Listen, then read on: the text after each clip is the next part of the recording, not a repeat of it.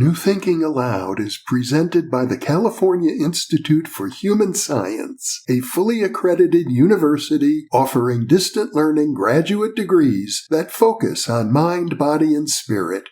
The topics that we cover here. We are particularly excited to announce new degrees emphasizing parapsychology and the paranormal. Visit their website at cihs.edu.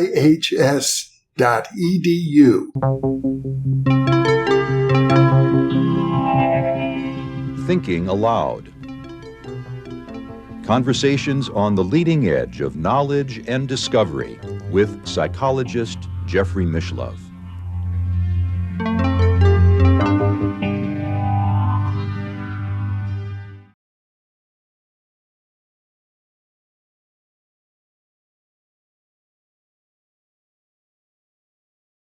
Hello and welcome. I'm Jeffrey Mishlove. Today, we'll be exploring Forbidden Archeology, the Hidden History of the Human Race, which is the title of a book co-authored by my guest, Michael Cremo, who co-authored that book with Richard Thompson. In fact, I had the privilege of interviewing Michael about that book about 20 years ago on the original Thinking Aloud program. And Michael is back now. He's authored a subsequent book titled Human Devolution, a Vedic Alternative to Darwin's Theory. Welcome, Michael. Good to be here, Jeffrey. It's a pleasure to be with you after so many years once again. And, I was very excited by the book Forbidden Archeology when we talked about it decades ago, and I know it's had a big impact subsequently, although many of our viewers will not be familiar with your approach. So we're going to need to recap a bit. I think the exciting thing about that book is that what you have done is gone through archaeological journals that were published prior to Darwin's work on his theory of evolution and human descent. And what you find in there are many high-quality articles that couldn't have been published after Darwin because they seem to contradict his theory. Well, they were articles that were published before Darwin's theory became generally accepted in the scientific world. Darwin published his book, The Origin of Species, in the year 1859. He didn't mention anything about human origins in that book. But he did talk about the evolution of species. He had a subsequent book, as I recall, on the descent of man. Yeah, The Descent of Man, published in 1872, is when he first himself personally broached the idea that humans like us evolved from more primitive ape-like creatures. But after those books came out and his ideas began to circulate in scientific circles in Europe and around the world, scientists interested in the question of human origins began searching for what they called a missing link. In other words, they assumed if humans like us did evolve from some originally existing ape-like creature, then there must be intermediates, beings intermediate between apes and humans like us. So scientists began searching for that evidence in the 1870s and the 1880s and the 1890s. But it was very interesting. What they were finding was not evidence for intermediates. They were finding evidence for humans like us existing in very, very ancient times, going back millions of years. Well, now, didn't they come up with many different branches of what they call hominids, who were sort of more primitive? They weren't modern humans. That was a later development. Now, as I was mentioning, in the 1870s, 1880s, 1890s, they were going out. They were finding evidence for humans like us existing in very ancient times. And that wasn't a problem because they didn't have their timeline for human evolution worked out. But in 1892, there was a key discovery by a Dutch researcher named Eugene Dubois. He went out to Java, which is an island in Indonesia. It was controlled by the Dutch at that time in the late 19th century. And he was doing his excavations at a site called Trinil. And he found in his excavations a skull that looked very ape-like. And he also found a thigh bone or a femur that looked quite human-like. And he put the two together. Although they were found about 50 feet apart, he put them together and said, this is the Java ape man, who he called Pithecanthropus erectus. So now scientists had finally, after decades of searching, their missing link, their intermediate between ancient apes and modern humans. And it was found in layers of rock about 1 million years old. So at that point, they had to decide, well, what are we going to do with the far older evidence for a human presence that had accumulated during the previous decades? For example, you had the California gold mine discoveries, which were reported to the scientific world by Dr. J.D. Whitney, who was the chief government geologist of California. He reported human bones and human artifacts found in layers of rock that modern geologists tell us are about 50 million years old. And there were many of these discoveries from Europe and the United States.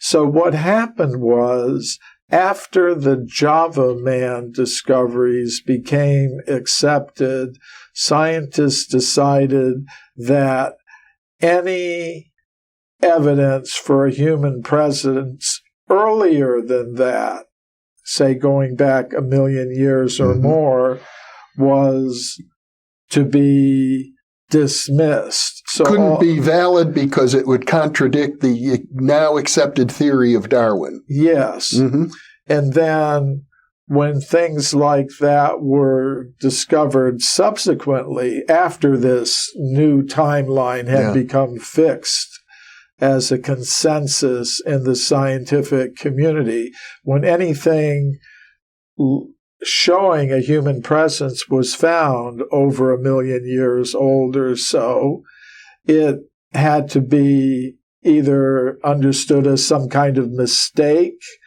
or it had to be interpreted in such a way that it fit the accepted timeline. I'll give a very recent example of that. This is from the year 2016. A team of archaeologists headed by Manuel Dominguez Rodrigo was conducting excavations at Olduvai Gorge in Africa, in the country of Tanzania. It's a very important site. Many important discoveries have been made there. By the Leakeys, as I recall. By the Leakeys, for example. But this is a more recent discovery from 2016. And and if I tell you what it is, it won't seem that significant. It was a finger bone. Actually, this finger bone, where my thumb is, little right finger. here, the little finger bone. But they very carefully analyzed this finger bone, and they compared its measurements with the finger bones of different species of apes and monkeys, different species of hominins, ape men, in other words, like Homo erectus and Australopithecus. And they also compared it with the same finger bone of humans like us, anatomically modern humans. And it turned out that this finger bone fit in the modern human group. It was different from any species of ape or monkey or hominid. Ape men, in other words. Yes, a modern human. Now, the problem was it was found in layers of rock 1,800,000 years old. So in their report, which was published in Nature Communications, a prominent scientific journal, the discoverers said, essentially, well, we've got this finger bone here. It's closest to Homo sapiens, but we can't call it Homo sapiens because of the age of the formation in which it was found, 1,800,000 years old. Yeah. So it's a very recent example of what I call a process of knowledge filtration that operates in the scientific world, especially in the field of archaeology. Yeah. Well, as a parapsychologist myself, I'm very familiar with how data gets suppressed if it doesn't seem to fit the prevailing paradigms. And I think that's normal, unfortunately, but especially for data-driven researchers and scholars such as yourself. But it occurs in many areas, not just archaeology and not just parapsychology. Another area where I think data is being suppressed has to do with low-energy nuclear reactions. But in any case, your focus is on archaeology, and I gather, I recall from our earlier interview several decades ago, that there are many interesting findings about potential human presence, modern human presence on our planet, maybe even as old as 1 billion years. Well, those are some of the more extreme anomalies.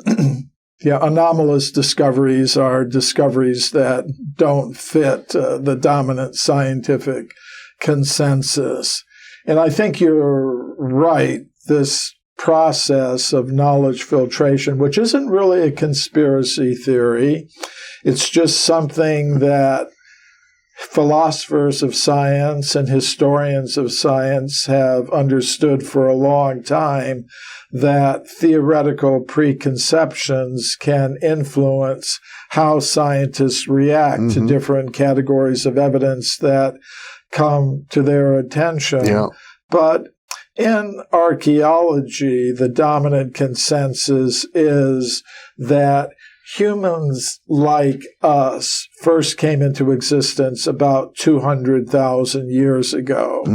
So if scientists encounter reports of evidence that humans like us existed in more distant times, far older than 200,000 years, they tend to think, well, something's got to be wrong with that. Obviously, some mistake has been made, or else they interpret the evidence in such a way that it does fit the dominant paradigm. You know, for example, in 1979, Mary Leakey found footprints at a place called Laetoli in the country of Tanzania in East Africa. And the footprints were found in layers of solidified volcanic ash about 3,700,000 years old. Now, in her initial report, which was published in National Geographic magazine, Mary Leakey said, the footprints are indistinguishable from modern human footprints. Other scientists also agreed. But neither Mary Leakey nor these other scientists believed that humans like us made those footprints. Mm-hmm. Yep. So what they proposed was, well, there must have existed at that time, almost 4 million years ago, some type of hominin, some type of ape man who had feet exactly like modern human feet. Now, that's an interesting idea. It certainly solves the problem, but unfortunately, there isn't any physical evidence to support that idea. We have the skeletal remains of the hominins that existed at that time. They're varieties of the genus Australopithecus, and the foot bones of Australopithecus have been discovered at a place called Sterkfontein in South Africa. And the foot structure of Australopithecus is not like that of a human being like us, Homo sapiens sapiens. The foot structure is very ape-like. The toes are very long. The first toe can move out to the side like the human thumb. Actually, the only creature known to science today that has a foot structure exactly like that of a modern human being is a human being like ourselves. So those Laetoli footprints were there. They were almost 4 million years old. They looked indistinguishable from modern human footprints, but they were not interpreted in that way as possible evidence that humans like us were existing almost 4 million years ago on this planet. Now, you were mentioning cases of evidence for a human presence perhaps going back 1 or 2 billion years. And as I mentioned, those are rather extreme anomalies. The case that I was thinking about involved some round metallic objects that were found in South Africa in the Western Transvaal region. These spherical objects have parallel grooves that go around the center of each one. And they give the appearance of having been machine-made. Yeah, they give an appearance like that.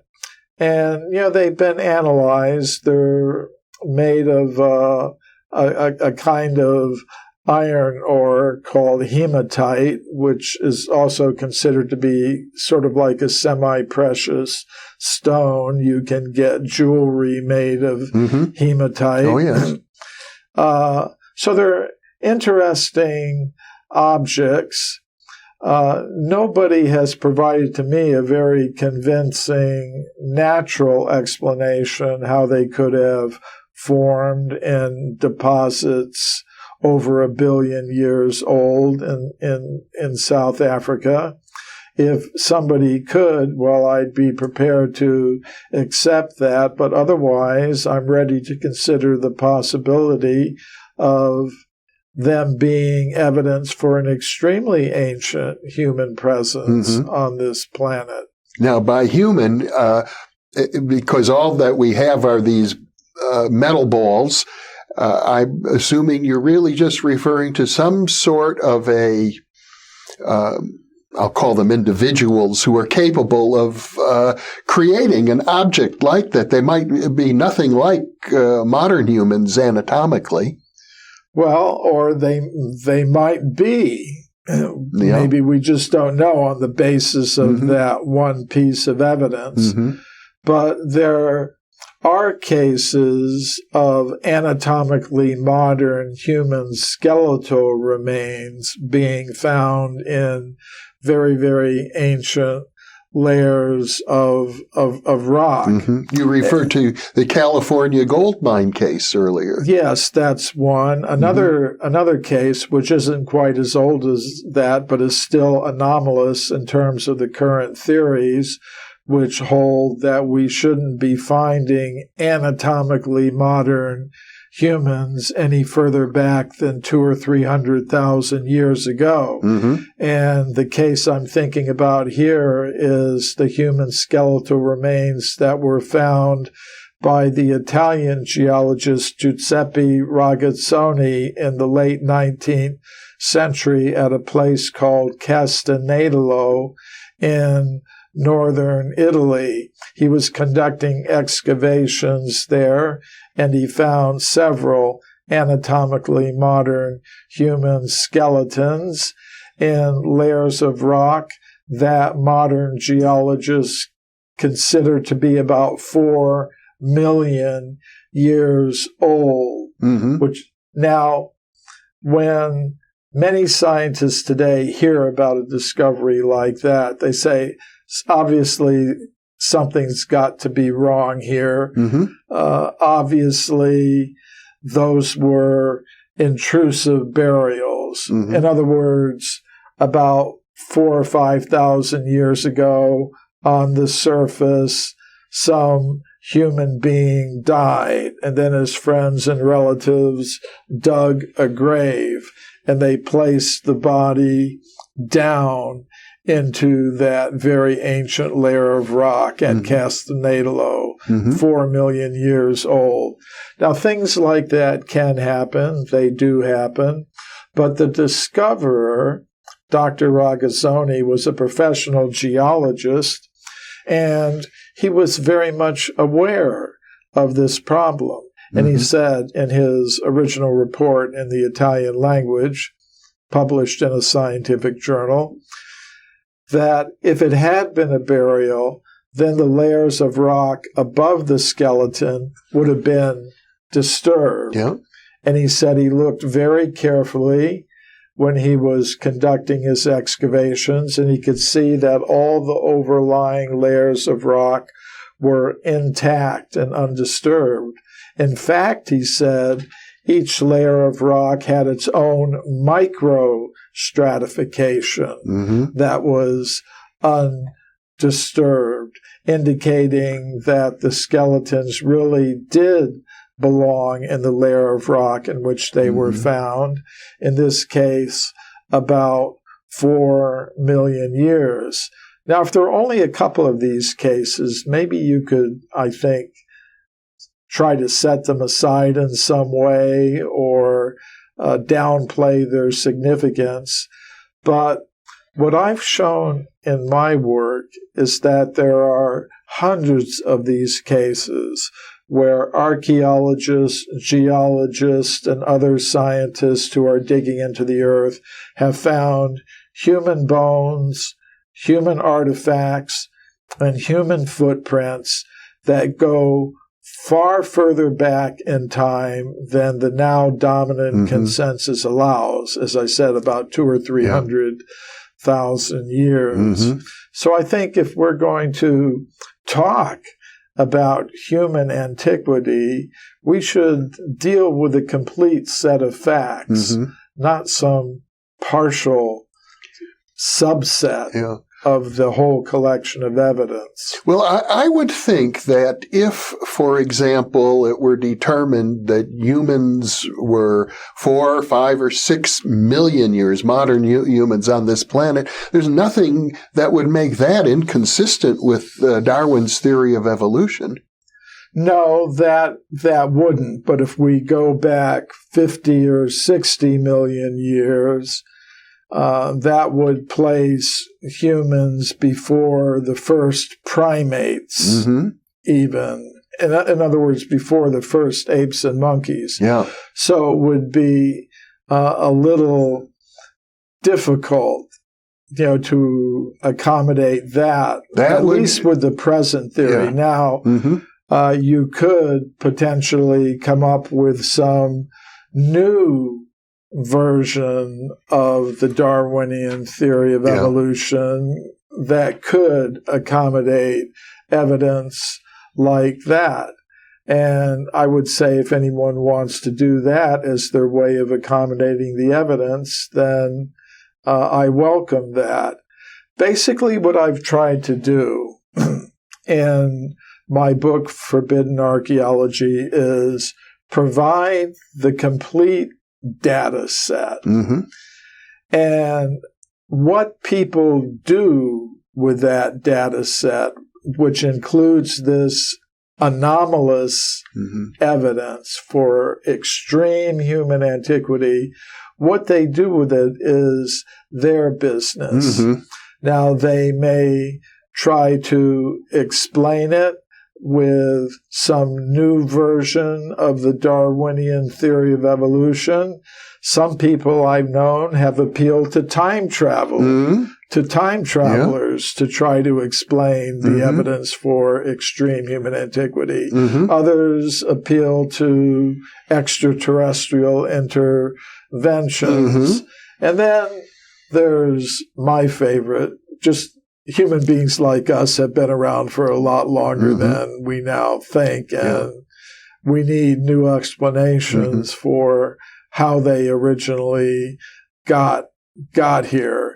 But I'm happy for people to come up with their own alternative explanations, because I really respect the right and privilege of each individual to make up their own minds about these things. Well, let's review the best evidence for human antiquity going back before primates.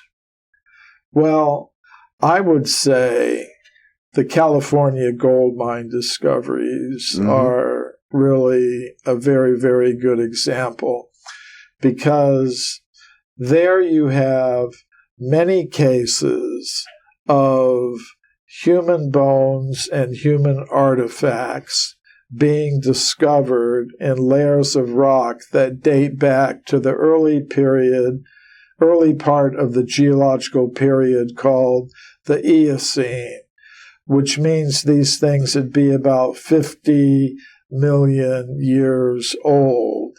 And if I'm not mistaken, currently, biologists think the first apes and monkeys came into existence about 40 million years ago or so. So those cases provide a very good example. What happened was that in the 19th century, gold was discovered in California, and miners went to get the gold.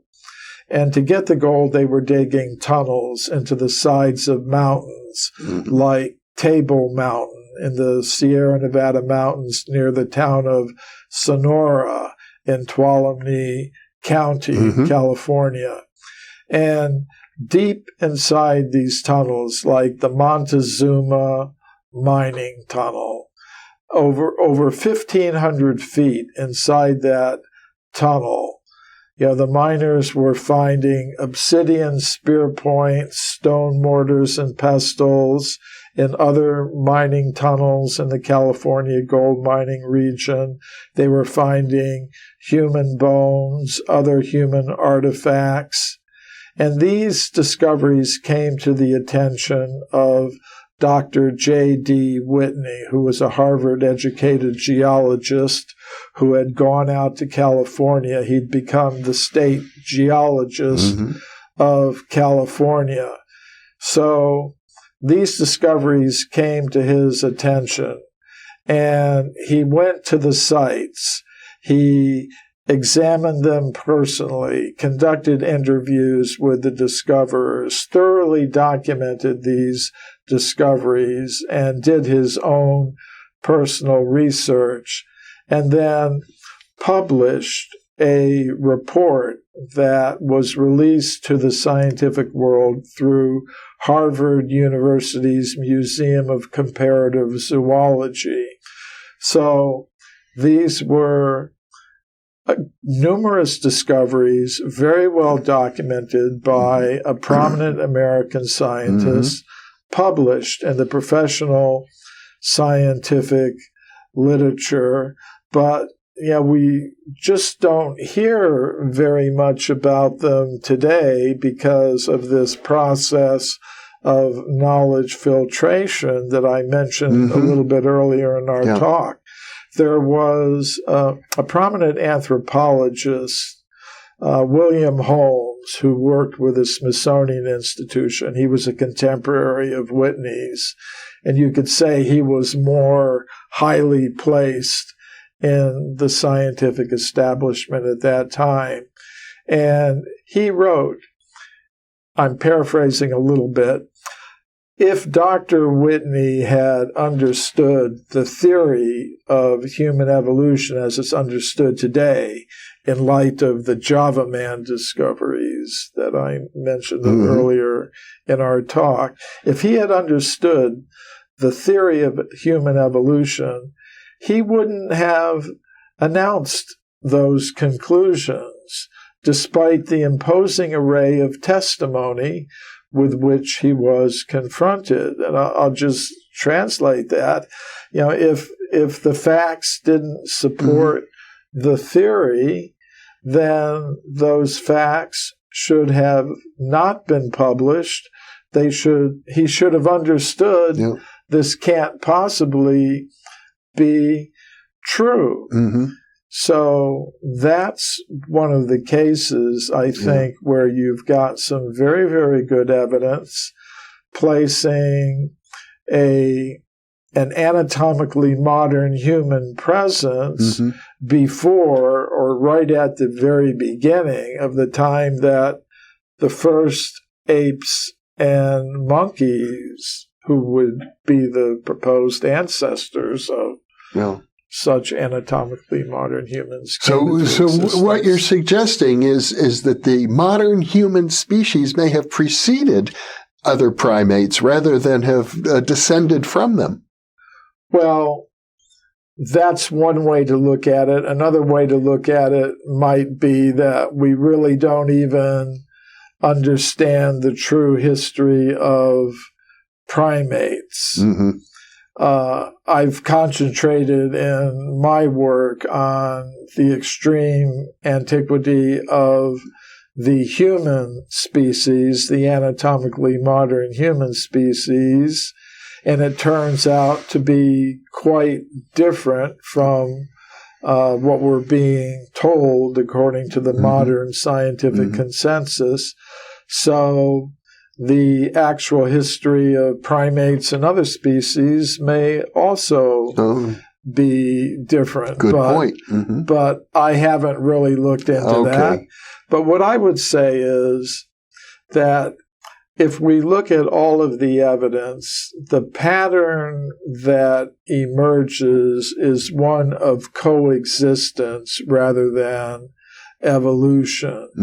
That humans like us have coexisted with various species of apes, monkeys, and morphologically intermediate types of creatures that we would call ape men or hominids. The picture that emerges is one of coexistence rather than evolution. And I will say, in 1993, when forbidden archaeology first came out, the dominant scientific view was one of linear progression, where you have, the primitive apes and monkeys giving rise to the hominins, ape men, which give rise to anatomically modern humans. And it was more or less a linear progression, one developing into the other. You often see diagrams in various textbooks sort of showing that linear progression from stooped over to fully upright humans. But now the dominant scientific consensus is that human beings like ourselves, Homo sapiens, coexisted in the past with various species of hominins. So that's an example of science coming in the years since Forbidden Archaeology was published. It's an example of science coming closer to one of the ideas that we expressed there, the idea of the coexistence of humans with various hominin species and species of apes and monkeys. Yeah. Of course, in the world of science today, that coexistence doesn't go very far back in time. It goes back a couple of 100,000 years. They're saying it's likely that humans like us coexisted with Neanderthals, with Homo erectus, maybe with some other as yet unknown species of hominins. There's one that's become spoken about in recent years, the Denisovans, based on some discoveries that were made in Siberia. So this idea that humans like us coexisted with other hominin types is something that's now become more mainstream. Yes, I remember in my younger years, I was taught that modern humans go back maybe 40,000 years only. So to go from 40,000 to maybe 300,000 is a move in the direction that you're proposing.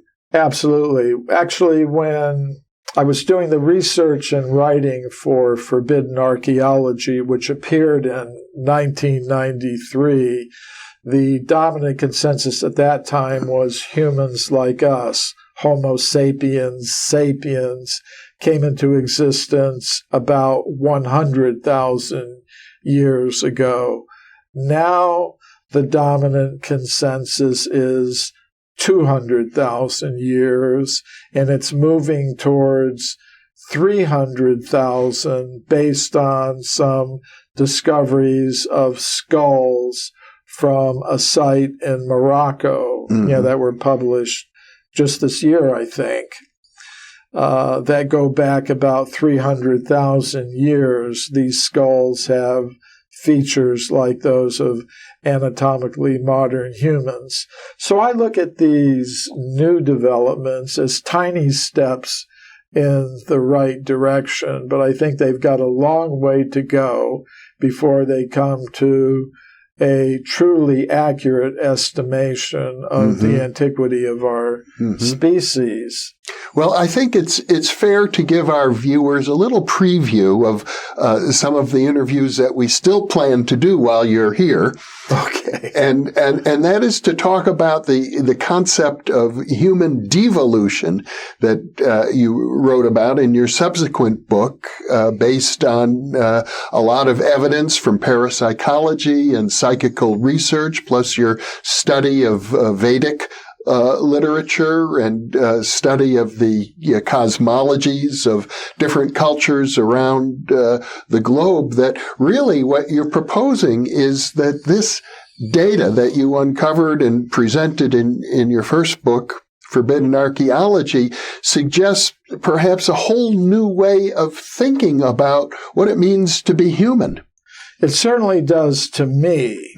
Now, as I said, in Forbidden Archaeology, we just presented the archaeological evidence that contradicts the current dominant theories about human origins and antiquity. Now, if that evidence is taken seriously, that means we need to be thinking about new explanations for human origins. And there are many possible explanations that could be given. But I didn't want to give my own alternative explanation in that book, Forbidden Archaeology, because I wanted people to be free to think about their own explanations, what new explanations would make sense to them. I told myself, I'm going to save my alternative explanation for another book. and that is human devolution, a Vedic alternative to Darwin's theory, which I'm happy we're going to get a chance to talk about. Well, I guess maybe just to give our viewers a little bit of preview of what we'll be talking about, we can say that your vision of humanity is incorporates a lot of data from spiritual literature and from psychical research and parapsychology, suggesting, correct me if I'm wrong, that you hold something of a dualistic view, that, you're really focusing on the idea that humans can exist in a disembodied spiritual form and have a very real presence at that level, which isn't well understood today by science. Yes. In Forbidden Archaeology, I presented evidence that contradicts the current theories of human origins. But in Human Devolution, what I suggest is before we even ask the question, where did human beings come from, we should first of all ask the question, what is a human being? Because how do we know if we've explained it or not if we don't even know what it is? Yeah. So today, many scientists will say that a human being or any other form of organism is just a complex machine made of molecules. In other words, we're just a complex arrangement of matter, and that's all there is to it. That's all you need to explain it. But I think if we look deeper into the data that comes to us from various fields of scientific research, we're going to see it's more reasonable to say that a human being is made of three things. Ordinary matter, molecules, yes, that's part of what a human being is. But beyond that, there are subtle mental and intellectual energies that have a real presence in our human form and which can't be reduced to chemistry or physics as we know them today. And beyond that, there is a conscious self. So when I speak about devolution, it means accepting that essentially we are conscious selves that have not evolved up from matter, but have devolved or come down into the association of matter from some higher level or plane of existence. Well, we do plan to do at least 3 more conversations in which we go into greater detail on this idea, which is consistent with a lot of empirical evidence and also consistent with, as you point out in Human Devolution, with the cosmologies of dozens and dozens of human societies. So, Michael Cremo, it's been a pleasure having this discussion with you. Thank you so much for being with me. Great to be with you again once more after so many years. Yes, it is indeed. And thank you for being with us.